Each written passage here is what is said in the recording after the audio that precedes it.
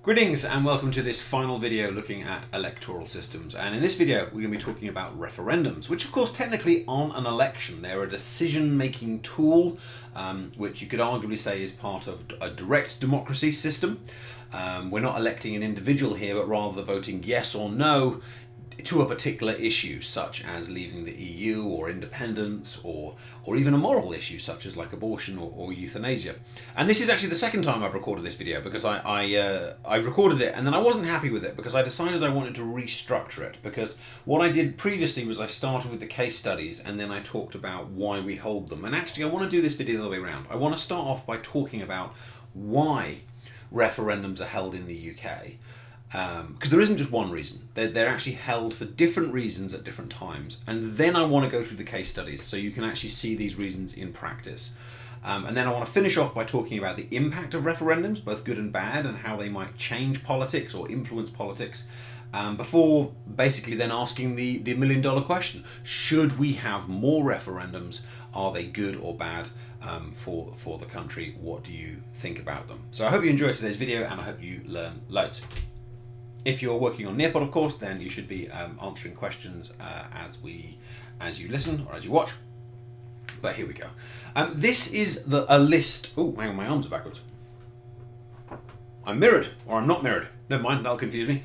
This is a list of most of the referendums that have taken place in the United Kingdom, which I will be going through in the second kind of stage of this video. But most of them, as you can see, have taken place in the last kind of 20 years. And we'll talk about why in a second. So aside from the first EU one in 1975, these are very much a modern phenomenon of UK politics, not something that we've been doing for hundreds of years. And therefore, we can very much ask the question, should we carry on? This isn't like a traditional thing that's been going on for a long time. This is something that is definitely new to our politics, and therefore the impact of them is new. So why are they used? Why do we have referendums? Well, let me read this one out. To give legitimacy to a constitutional decisions that appear to require a specific mandate from the people. Now, when you vote in an election, not a referendum, an election, you vote for a political party's manifesto, which is going to be a little booklet. I can't see a bit of paper nearby me, but it's going to be a little booklet that's full of lots of different policies. Policies on tax, policies on education, policies on health, and maybe big constitutional changes.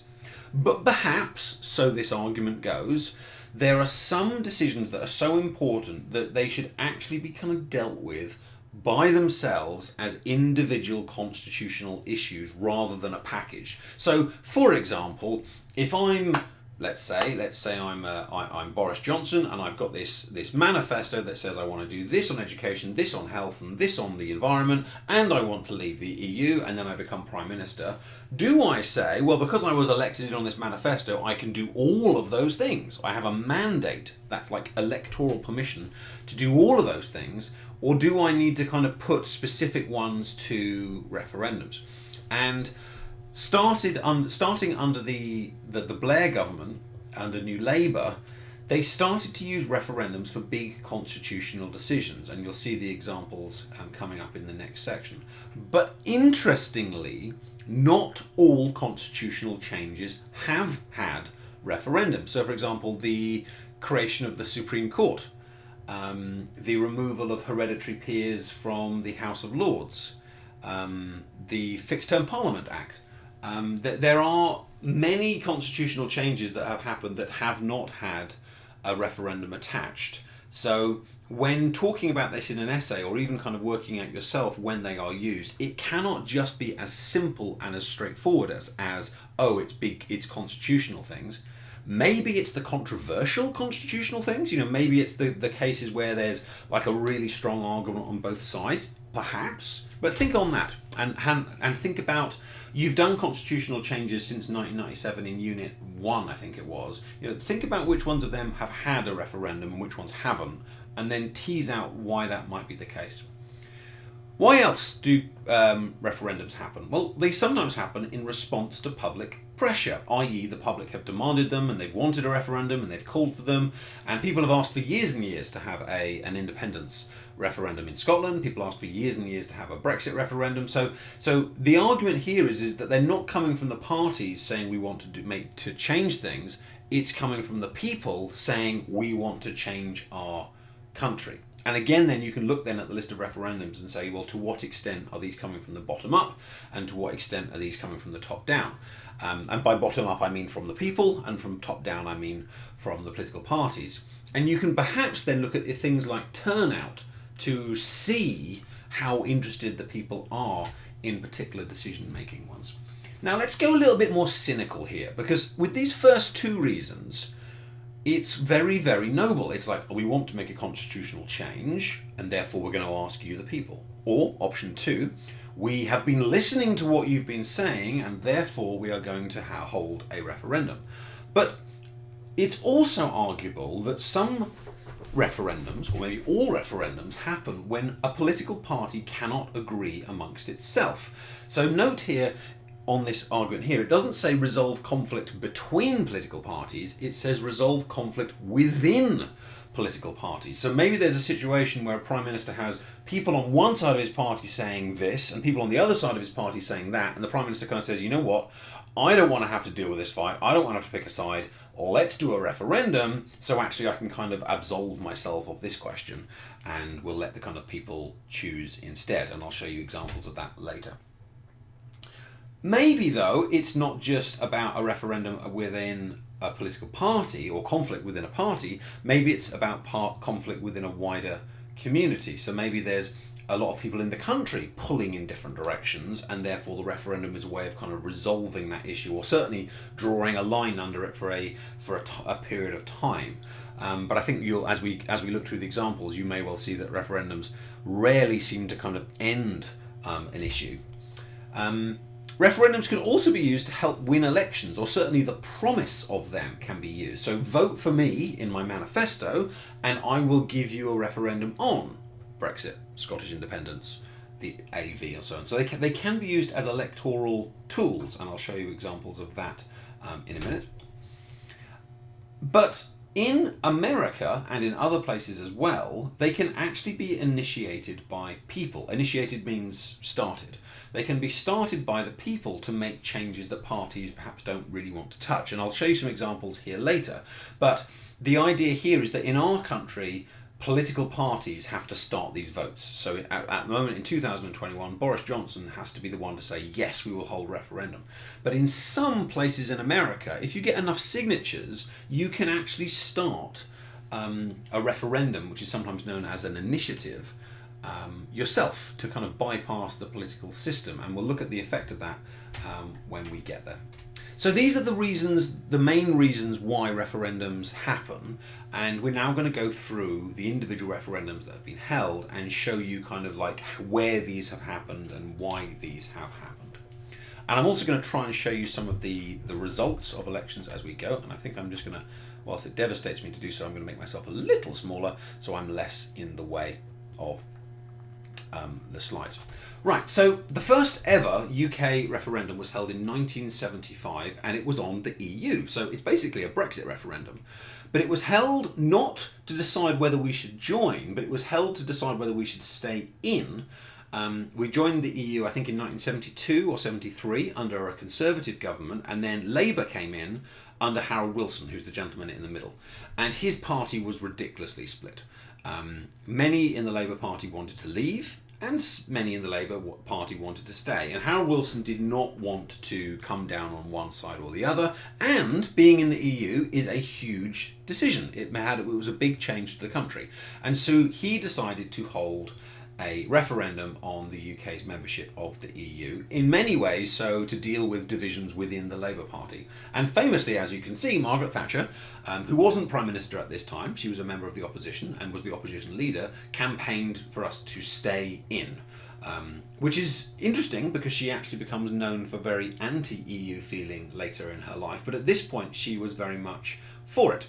We can see that the turnout, if you look at the bottom of the box above my head, is 65%, which is about the same as a general election, and the response is yes, 67%, which is nearly 70%, which is pretty what's the word, conclusive. It's a pretty conclusive result that at this point most Britons, 2 out of 3 people, wanted to stay in the EU. So it was a relatively successful use of the tool of referendums, and that is what a referendum is. It is a tool that a prime minister and a government can use when making certain decisions to legitimise them or whatever it might be. You saw the reasons beforehand.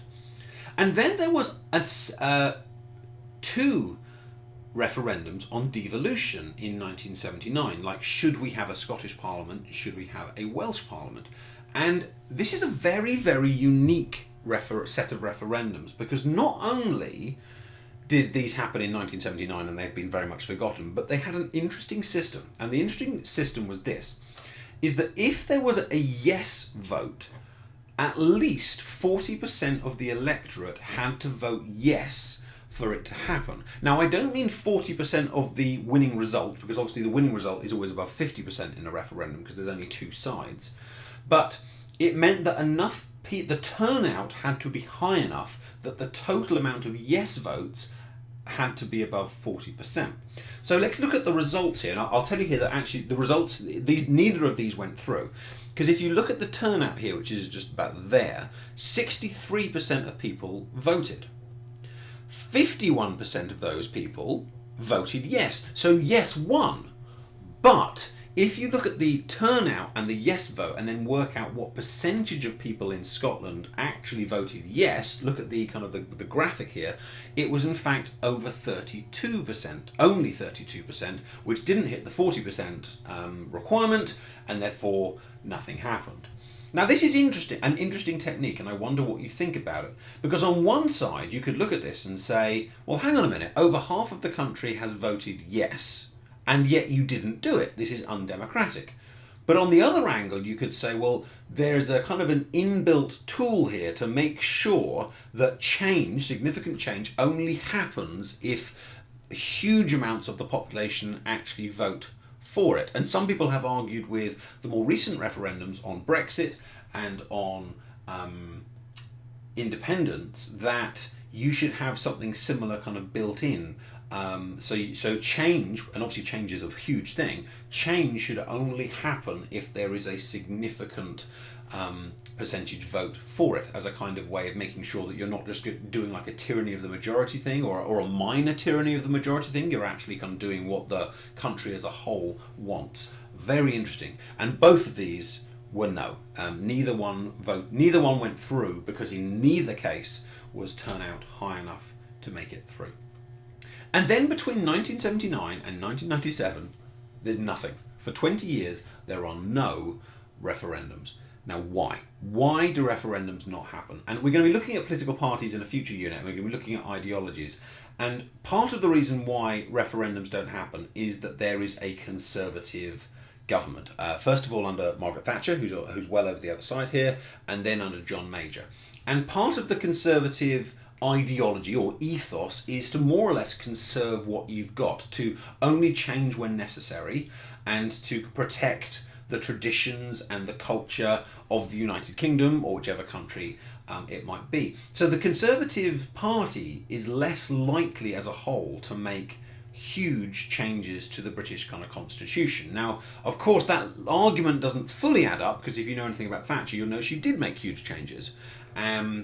But not necessarily constitutional ones. And so it's perhaps part of what conservatism is that is unlikely to use referendums. The second aspect of conservatism is that conservatives tend to be a lot more in favour of a kind of a ruling class, elite class, and they tend to not be so keen on using kind of democratic tools, like bottom-up tools, to make decisions. They tend to kind of believe that once people are elected in, they then have the responsibility as the rulers or the people that have been entrusted to kind of make decisions on the country's behalf. So it was only when we get to the new Labour governments under Tony Blair and Gordon Brown, who you can see here, that you start to get a return to referendums, because they come in, as you should be aware, with a big program of constitutional change, and the Labour Party in general is more about the masses, and so they start to use referendums as a way of making the constitutional changes, some constitutional changes that they wish to make. Which brings us to the next set of devolution referendums. So 20 years after the initial referendums, we have a second set of referendums on devolution. And this time, all three of them are yes. Now, three, because this time you have Scotland, you have Wales, and you have Northern Ireland. And you can see them here going in a clockwise route. And they were close. They were close. The Scottish one was not close. The Scottish one was very much, yes, we want to have a Scottish Parliament. The Welsh one was just there. If you look at the newspaper, you can see the percentages aren't there, but the 559,419 versus 552,698, that is a very close referendum result. The Good Friday one, the Northern Irish one, which was often known as the Good Friday Agreement referendum, is quite a special one, because this one in many ways was about peace.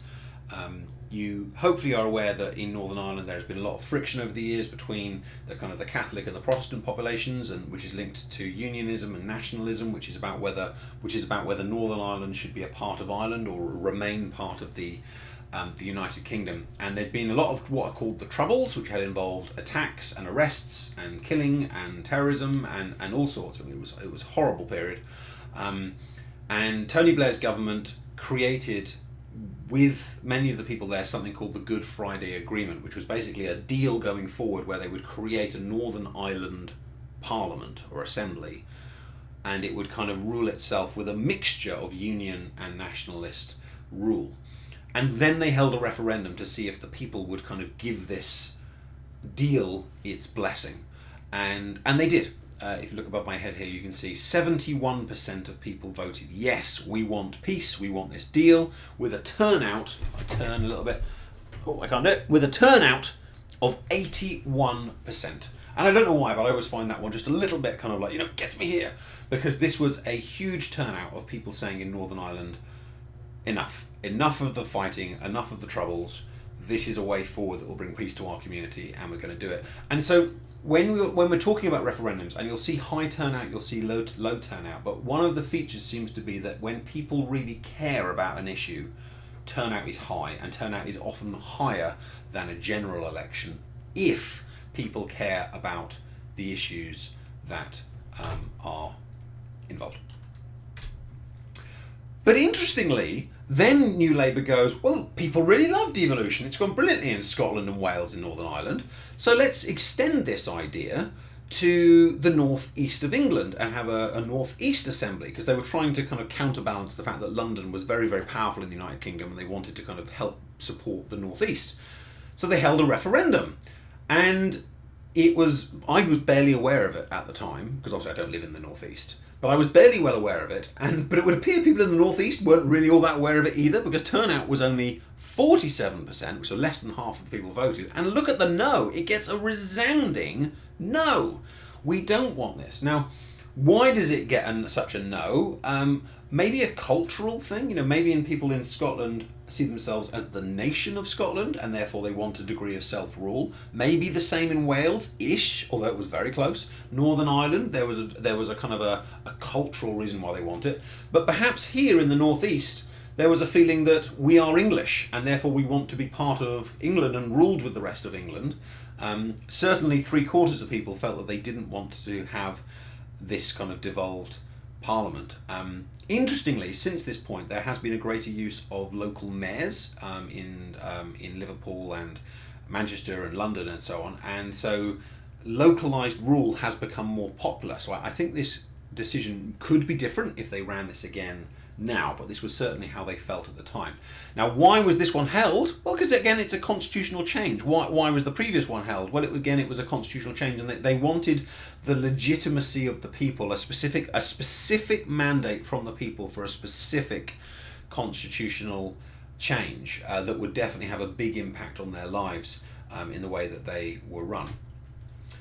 Which then brings us to the the next referendum, which actually takes place under a Conservative government in 2011. And from earlier in this video, I said to you, well, Conservatives don't tend to hold referendums because they don't tend to have big constitutional change. So why on earth do we have a Conservative government using referendums as a tool? Well, this was to do with the coalition government. 2010 to 2015 was a coalition between the Conservative and the Lib Dems under David Cameron and Nick Clegg. And when they were forming a coalition, David Cameron had a large amount of Conservative seats, but not enough to actually rule, to form a majority in the House of Commons. And so he had to make a deal with the Lib Dems if he wanted to make it work. So this gave the Lib Dems a bit of bargaining power. They didn't have to go into coalition with the Conservatives. But at the same time, they were actually eager to get into government and to kind of make some change. And so Nick Clegg and the Lib Dems kind of decided what was going to be their price for entering this coalition. And their price was voting reform, electoral reform. And they said, we will go into coalition with you, we will work together, we will sit down and we will work out which of our policies we're going to keep and all that kind of stuff. But we will only do it if you will give us voting reform. David Cameron didn't want to do it. It was very unpopular amongst his party members. There's a couple of films about this. I think it's called something like 10 Days That Changed Britain or something like that. If you like a political documentary, I would recommend going and watch it. But this is a sticking point because many people in the Conservative Party do not want to give voting reform because the current system, first past the post, massively benefits the Conservative Party. It always has, and it definitely still does in 2021. And so they don't want to change it for rational reasons for them. The system benefits them. So they did something quite clever, which is that they allowed a referendum on AV. So not the party list system, a proportional one, not AMS, not STV, perhaps one of the ones that would, as you've seen in other locations of the country, are being used, but they allowed one on AV, which is like a small modification to our system that allows people to rank. And then the Conservatives really went for it. You can see, if you just looked at the two pink ones and the blue one, their argument was voting should not be this complicated. Look at the one with the soldier. He needs bulletproof vests, not an alternative voting system. Say no to spending £250 million on AV. You know, the proper kind of emotive arguments. And then they went for the Lib Dems. Nick Clegg was going through a period of unpopularity due to things like tuition fee increases and things like that. And so they actually went for Clegg. And they said, say no to President Clegg. Under the AV voting system, Nick Clegg would have the power to choose the government, not you. Say no to spending £250 million on AV. And the Lib Dems didn't really have an answer because the arguments for AV are quite complex. Because you have to kind of talk about how electoral systems work and how ranking improves kind of democracy. But arguments such as voting shouldn't be complicated, say no to President Clegg, really kind of resonated. And I think here I've got the results of this referendum. You can see the turnout was poor. It was only 42%, which implies people didn't really care about electoral reform, although I do. And no was 67%, so 2 out of 3 people did not want to change the voting system. So why was this one held? Well, it was part of a coalition agreement. It was part of a deal between parties. And it was a constitutional change. And it was a way of dealing with a kind of a split within the coalition, or a disagreement within the coalition was to kind of throw it to the people. So they would kind of make this decision. There was a moment where it looked like it could bring down the coalition government because it got far more ugly than expected. But once the results came in, there wasn't really much that the Liberal Democrats could say. And when we talked about voting reform, one of the strong arguments for not changing the voting system is the country doesn't seem to actually want it. It would be kind of be done in spite of their wishes rather than in response to. Even though changing the voting system is clearly the right choice. Which then brings us to our next one. Again, under David Cameron. David Cameron has his first referendum, seems to get a bit of a taste for it. And David Cameron, being a Conservative, is very keen to remain in power. And so one of the keys to remaining in power is to look ahead at the next election and next elections and see where are your electoral threats. And there were 2 upcoming threats to Conservative government. One was from the SNP in Scotland, and the other one was from UKIP, which is the UK Independence Party. And so David Cameron decided to use referendums to deal with this. He also did it because there was an increasing... The SNP had become more popular than I think anyone had foreseen in Scotland. When devolution was created in Scotland, the first government in Scotland was Labour. And this was pretty much expected. But very quickly it fell away to being ruled by the SNP. And when most Scottish votes are going to a pro-independence party, you can see an argument that says, well, the people in Scotland are asking for independence. So I think you'd have to argue there are multiple reasons for this. That it's being asked for by the people. The parties in the devolved parliaments appear to have an electoral mandate. David Cameron is trying to kind of head off the SNP. There was also something else going on here, which is that David Cameron he could see that the popularity of Scottish independence was getting higher, but it wasn't quite there yet. And he wanted to kind of nip it in the bud, if you know what that phrase means. Kind of get rid of it when it's not too much of a problem, rather than letting it become a problem. However, it was a bit of a miscalculation. So during the campaign, the what's called the kind of union group was more popular until the last couple of weeks, when suddenly the SNP in the polls was suddenly in the lead, and this sent panic all through Westminster. And all three parties went out and they did something called the Vow, which is David Cameron, Ed Miliband and Nick Clegg, which is Conservatives, Labour and the Lib Dems, together said, "Dear Scotland, please stay in the Union. We will give you lots more powers if you do." Which worked. And if you look at the result here, you can see that the turnout, well over there, is 84%. So it's huge. People really cared about this issue. And the result was no 55, so no, we don't want to be an independent country. So there was 10% difference between the two numbers, which is interesting. Now, think back to the independence referendum the devolution referendum in 1979. Do you think that independence for Scotland is so big that it needs like an emergency cap, like it has to be 40% of the population, to make it sure? Although to be fair, this actually would have made it. Or can this just be a simple majority? What if it was 51% saying, yes, let's leave? Is that enough to then take the whole country out? It's a majority, but does it need to be a supermajority for something so big? Something for you to ponder and think about. Which leads us to the granddaddy of all referendums, probably the one that maybe got you interested in politics when you were a younger teenager, which is the 2016 Brexit referendum. Should we stay in the EU? Why was this one called? Well, there's various arguments for it. David Cameron has always maintained that it was because the people asked for it. Others have suggested it was because he was losing seats to UKIP, or potentially losing seats to UKIP, and he was looking ahead to the 2015 general election, and he was thinking, I think I'm going to lose this government. Because remember, he was in a coalition at the time with the Lib Dems. He hadn't got an outright majority of his own. And so this strategy, which worked, was he promised a referendum. He said, if you vote for me, I will give you a referendum on Europe, which meant that UKIP voters, if they wanted a referendum on the EU, could vote for David Cameron's Conservatives. And it also meant if you were a Remainer and a Conservative, you could also still vote for David Cameron's Conservatives, because he wasn't promising to take it out of Europe, he was promising to hold a referendum on Europe. And of course he then held it in 2016. He thought he was going to win, but he didn't. Famously, Boris Johnson kind of turned against David Cameron in a way to lead the Leave campaign. As far as we're aware, Boris Johnson didn't expect to win, and Nigel Farage didn't expect to win. Nigel Farage actually went out on the night and conceded and said, well, we've done very well, but we haven't won this time. And then had to come out many hours later and see, like, we've won! This is amazing! And this one really did divide the United Kingdom. I mean, it's a huge constitutional change, which is, of course, another reason why it was held. But it certainly didn't resolve Brexit, as you hopefully are aware of over the last kind of 5 years. People were divided, or are divided, over it. It divided politics.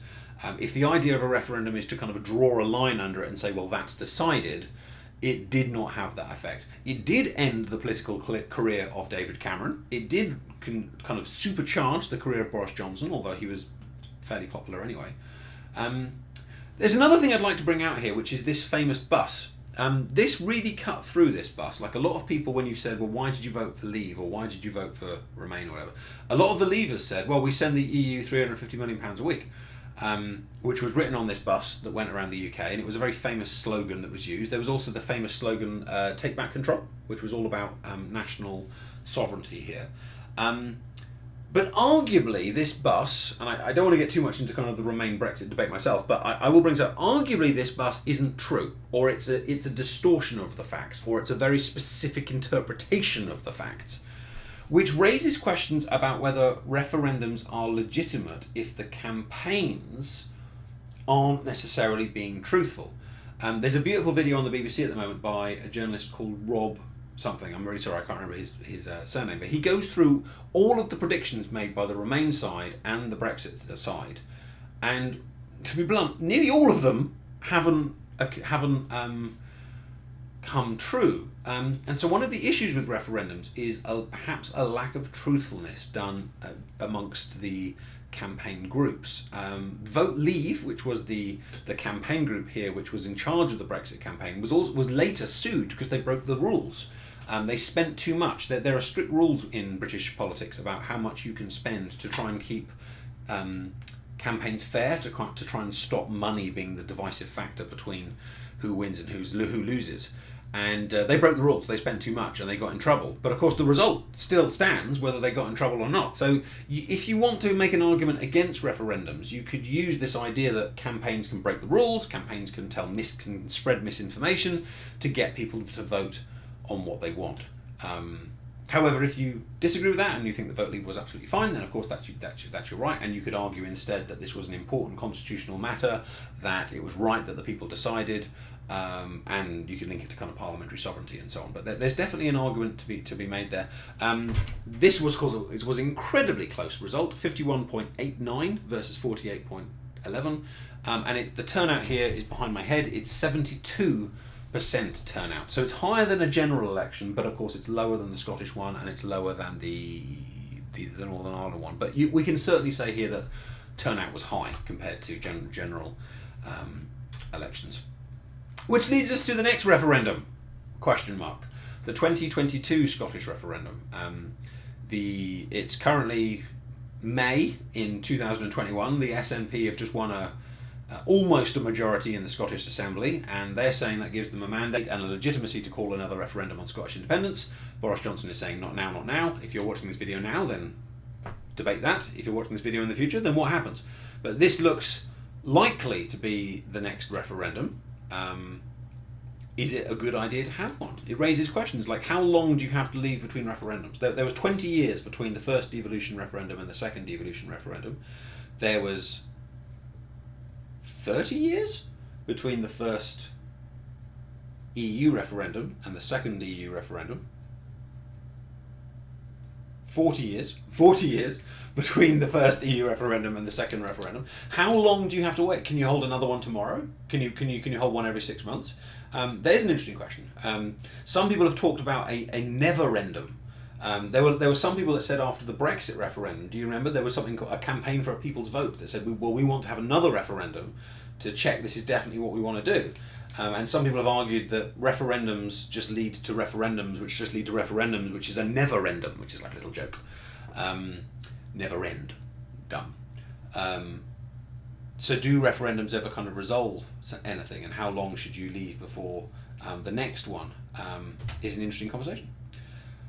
Now, I just want to make a little comparison here to Ireland and America, because one of the things you've probably noticed amongst the UK referendums is that they are all pretty much constitutional issues. They haven't necessarily been called for constitutional reasons, I'm not saying that, but they're all constitutional reasons now, and constitutional issues, meaning changes to how a country is run, who is in charge of it, or how you vote for it, or whether you've got local representation.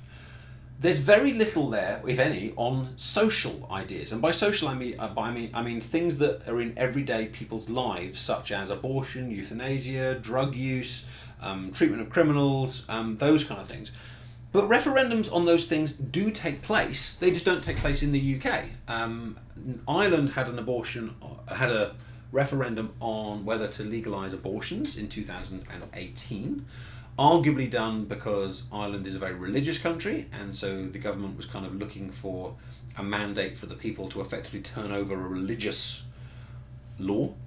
And in America, you get a lot of states, in fact, all the states that are green have legalized cannabis, either for just medical reasons or for medical and recreational reasons. And most of those have been done from initiatives, which, as I said in the first section, is when a country calls for a referendum itself. Like, people sign a petition, and then if there's enough people sign the petitions, that then triggers a vote.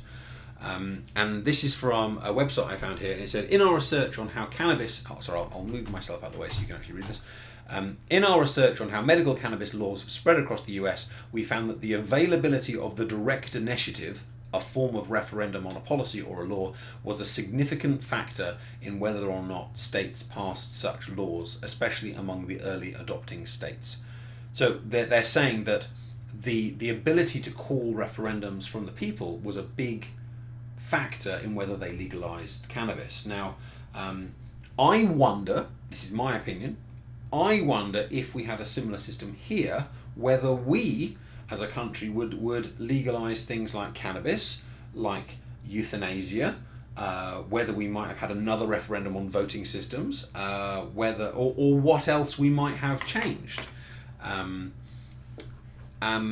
Or would it lead to just lots and lots of votes on issues that perhaps we don't want to deal with?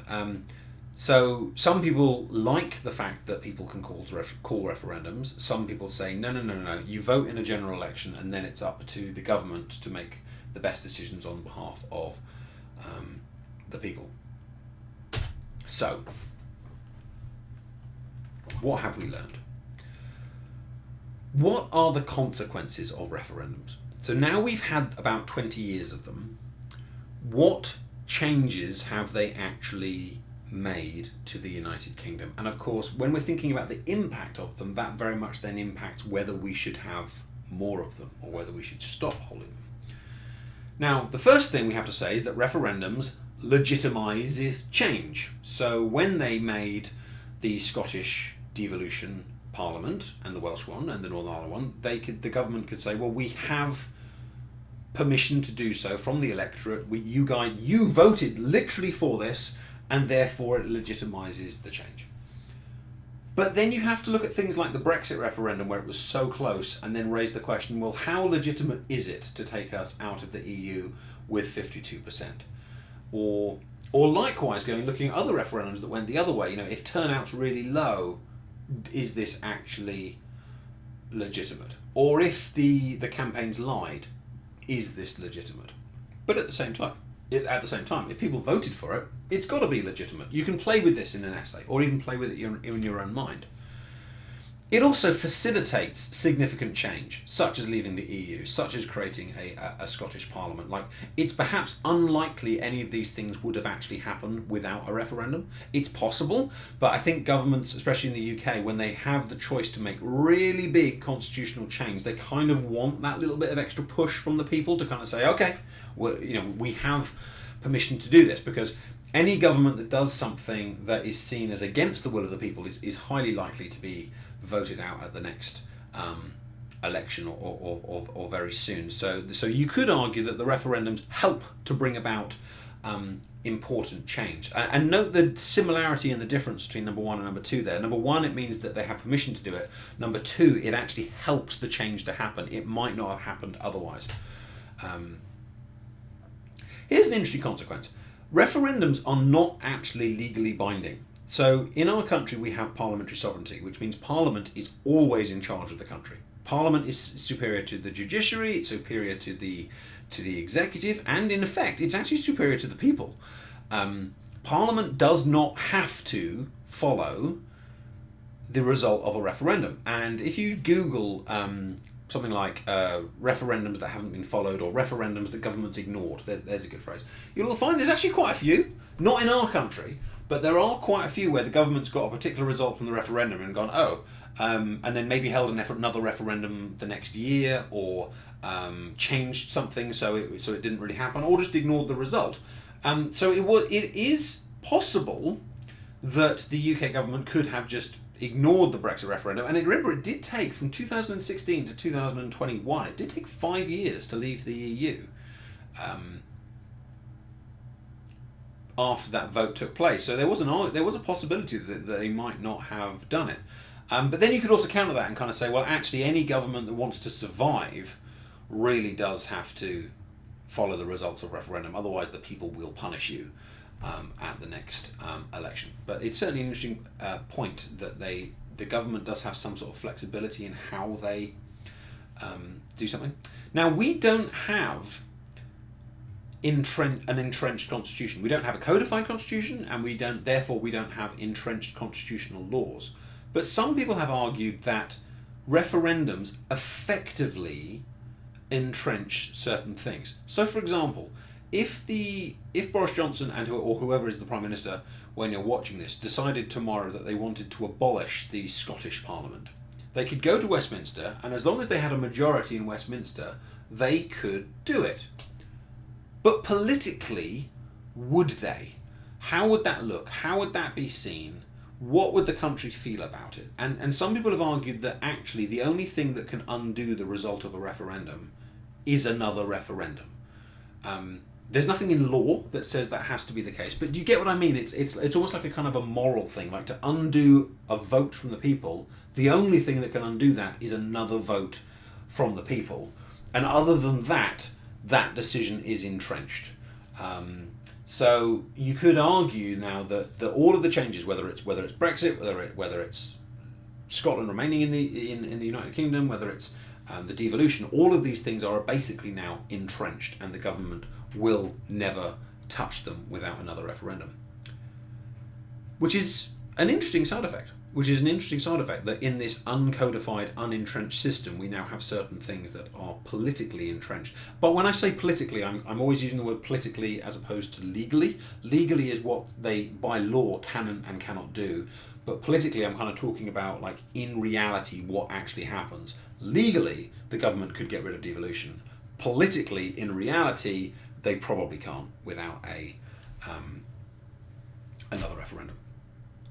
This use of referendums over the last 20 years has in fact created an expectation that there will be more referendums. People, as I said on the other slide, people are talking about the next Scottish referendum. People asked for a people's vote on a Brexit referendum, and there may be other ones kind of going around. And so before 1997, the idea of a referendum would have been very unusual. But now we're at a point where we're kind of talking about, well, let's hold a referendum. We want referendums, etc., etc., which has kind of changed the way that perhaps we do politics in this country a bit. Whereas rather than voting for a party that wants something, you vote for a party that will offer you a referendum on something. It raises questions over truthfulness in campaigning, as I've already said, which then raises questions about the legitimacy of that result. And this one here, I think, is my favourite. And if I'm allowed to give you my opinion here, I will do. You're welcome to pause this video and ignore my opinion if you wish, but I will give it here. I think the problem with referendums is ultimately that they cause conflict between what I've written here, between trustee representatives and direct democracy. So our entire system, I'll put it in more simple words, our entire system is based on the idea that you vote for a local MP, you trust them with the ability to make decisions on your behalf for the next 5 years, and then off they go to Parliament, and for the next 5 years it is their judgment, their decision making, their experience and their knowledge which then lets them make decisions. Whereas direct democracy referendums give a direct instruction to government to say, do this, whatever it might be, or don't do this, depending on what it might be. And for me, those two systems seem to be in conflict. Are we voting for someone to say, look, you make decisions on my behalf, I trust your judgment, or whatever? Or are we saying, no, you don't have any choice at all, I want you to do this?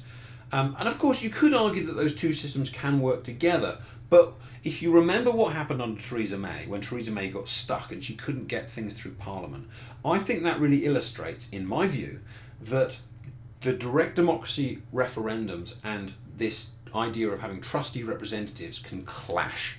When you get a situation where the people voted to leave the EU, but most of the people in Parliament either didn't want to leave the EU or they didn't want to leave the EU with certain deals, if you remember, like soft Brexit, hard Brexit, all those kind of things, it clashed.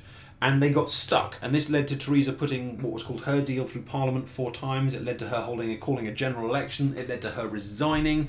And arguably all of this happened, perhaps, because the two systems don't really work together. That's my view. There are counter-arguments that would say, well, why can't they work together? Why can't a politician most of the time make their own judgment, but on some occasions be told, well, you must do this?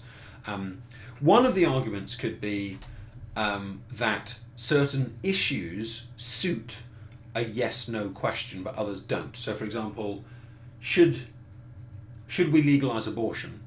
Everyone understands what that means.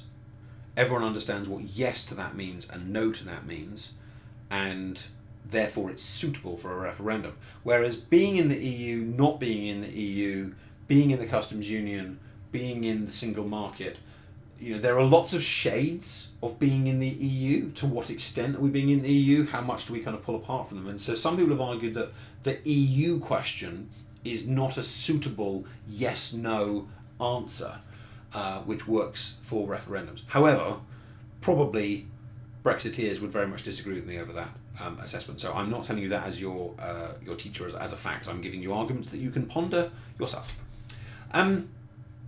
Referendums are supposed to settle issues. So after the first Scottish referendum, independence referendum, it was supposed to be settled. And to be fair, it was settled for a couple of years, and then Brexit happened and it was unsettled again. And if you remember the referendums in 1975, in 1979, those issues were settled. And there was 20 years before they kind of looked at them again. So you could argue that referendums do end controversial issues, but you could also argue that referendums cause division. I mean, look at what happened under Brexit. Look at the fact that we are now still talking about Scottish independence now. You could argue that actually they kind of created. And to give you an example, looking at the Brexit one, before 2016 Brexit referendum, there were people that passionately wanted to stay in the EU. There were people that passionately wanted to leave the EU.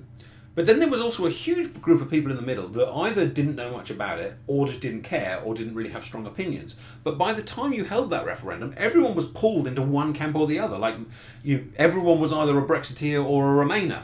And so you could argue that referendums actually cause division where there wasn't division before amongst people. I'm probably seeming very negative on referendums here, but obviously I had to live through Brexit, and as did you, and I felt it kind of caused, whatever the result, it caused the country to be a lot more angst. So are referendums good for democracy? There's definitely there's definitely an argument to say that they're useful for causing constitutional change. There's definitely a case to say that they're very useful in social issues. You be the judge. You've seen the arguments. Please don't let my negativity towards them put you off them. There are definitely good arguments for them. But on the other side, my negativity towards them is there for a reason. So think about the benefits of them and the downsides of them, the good, the bad. Which types of decisions should be held up for referendums and which should not. Leave some comments in the future on the video about what you think about whether they should be used. If you're working on Nearpod, make sure you answer all the questions. Sorry this video has been quite long, but there was an awful lot to say about this because it's a big topic and it's a very interesting one. So I look forward to debating this in class and finding out what you think. Take care. Bye bye.